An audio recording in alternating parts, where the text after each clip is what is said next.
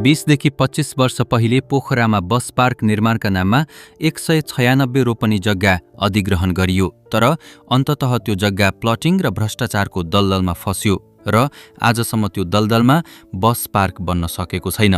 अब फेरि सरकारले लेकसाइडको पर्यटकीय गन्तव्यलाई अधिग्रहण गरी पार्क बनाउने अव्यावहारिक प्रस्ताव लागू गर्न खोजिरहेको छ। लेकसाइड पनि पछि उही बस पार्क प्रकरण जस्तै भ्रष्टाचारको अर्को दलदल नबन्ला भन्ने ग्यारेन्टी छ र? सक्कली पहिचान कि नक्कली विकास? नेपालको पहिचान सिङ्गापुर होइन, चैनपुर, भोजपुर, भक्तपुर, ललितपुर र कान्तिपुर जस्ता झरझराउँदो आत्मा बोकेका ऐतिहासिक सहरहरू नै हुन्।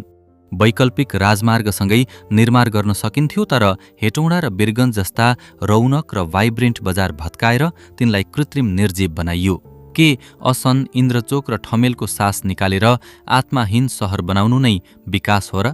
सोचौं, हाहुको पछि नलागौं। पोखराको बस पार्क प्रकरणले देखाइसकेको छ, योजनाविहीन अधिग्रहण र कमजोर कार्यान्वयनले विकास होइन, भ्रष्टाचार जन्माउँछ, व्यथिति निम्त्याउँछ।